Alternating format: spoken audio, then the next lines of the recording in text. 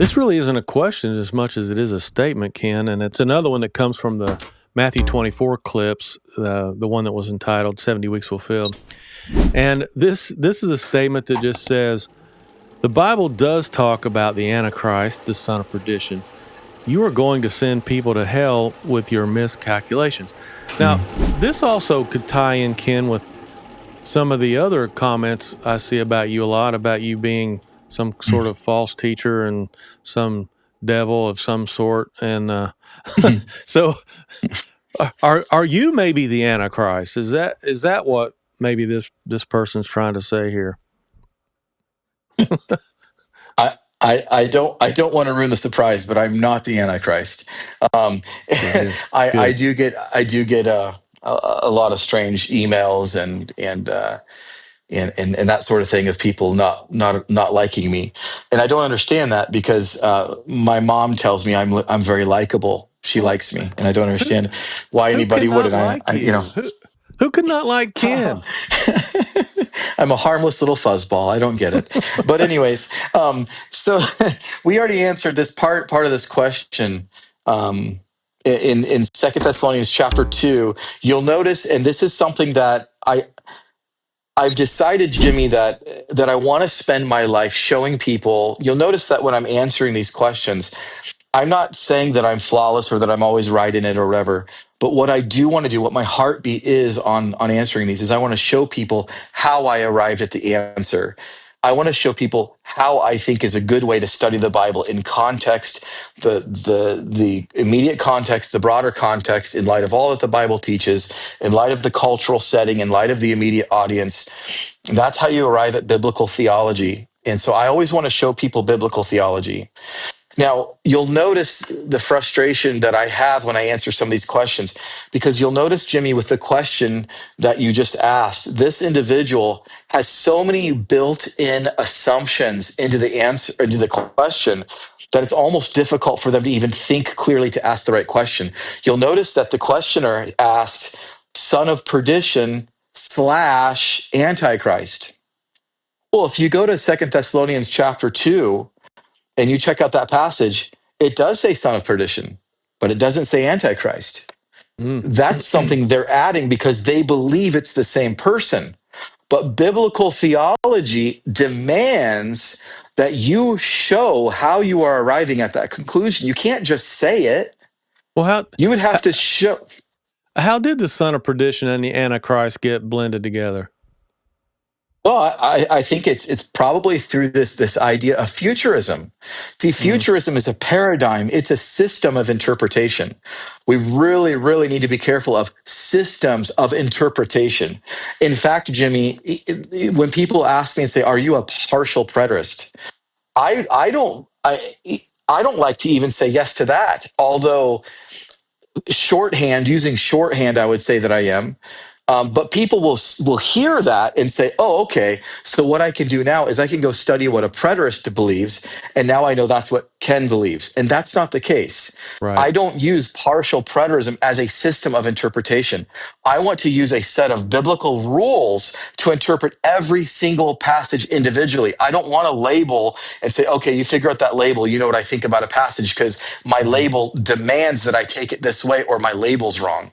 That's why I don't really want labels. They are shorthand. Sometimes they're convenient. Are you a Trinitarian or a Unitarian? Okay, shorthand, I get it, but I'd rather look at every single passage. Right. This person, in asking the question, you'll notice they made an error in their question. They said son of perdition / Antichrist by assuming it's the same person. The passage doesn't say that. Their particular lens of interpretation demands that the son of perdition is the same person as the Antichrist. By the way, there's one more / to this. You remember what it is? And it is the beast in Revelation. That might as well be the Antichrist too. Right. Because here's the shocking answer. Which beast? Exactly. In Revelation 11, there's two different beasts. There's a land and a sea beast.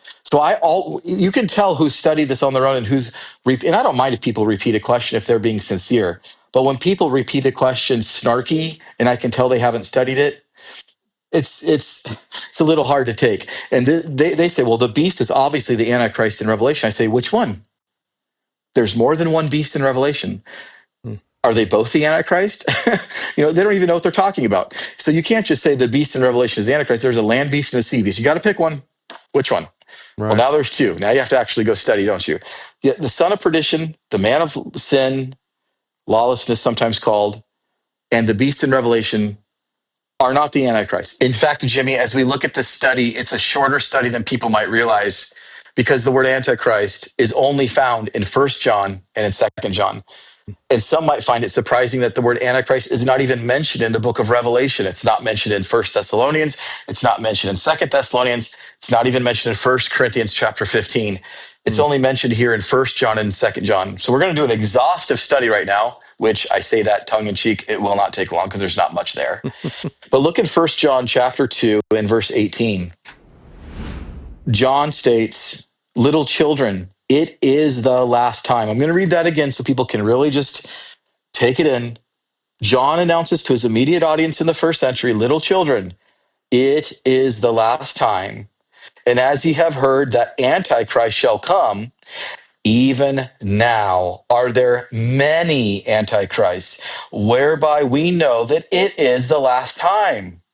So he is saying very clearly, there is no reason for anybody who's a Bible believer to believe that there is a singular figure in our future called the Antichrist. That's not found anywhere in the Bible.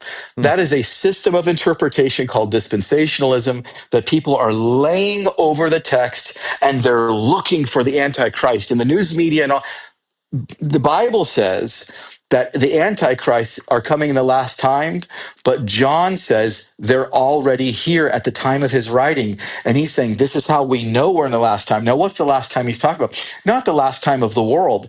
It's the last time of the Judaic age. It's the handing off of the baton from the old covenant to the new covenant because the temple is not yet destroyed.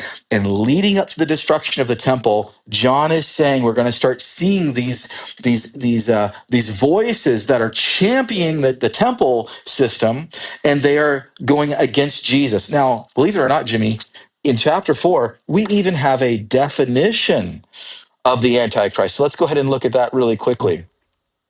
He says in verse number 4, beloved, believe not every spirit. So if the Antichrist are coming the last time, we shouldn't just believe everybody. Try the spirits, he says. But try the spirits whether they are of God, because many false prophets are gone out into the world. Well, hereby know ye the Spirit of God. Every spirit that confesses that Jesus Christ is come in the flesh is of God. So if there is a Bible teacher or there is an influencer of the biblical text that is denying that God has come in the flesh and Jesus Christ is God in the flesh, they are not of the Spirit of God. Verse number 3, and every spirit that confesses not that Jesus Christ is come in the flesh is not of God. And this is the spirit of Antichrist, whereof you have heard that it should come, even now already is it in the world. So there's the definition of Antichrist. It's not a singular figure in our future. You would have to make that synonymous with the beasts in Revelation. Got to pick a beast. You have to make that synonymous with son of perdition, man of sin. The text doesn't say that, but a lot of people have a interpretive lens that demands that they impose that thought on the text. But if we just use the Bible right here, we can simply say that there are antichrists coming the last time, and John says they're in the last time in the first century. And here's the definition: those that deny that Jesus Christ came in the flesh, that he is the Son of God, and that he is who he said he was. If they deny that, then they're against Christ. They're anti-Christ. And he's saying that right there. There are many of them, and they're already here. That's how they know they were in the last time.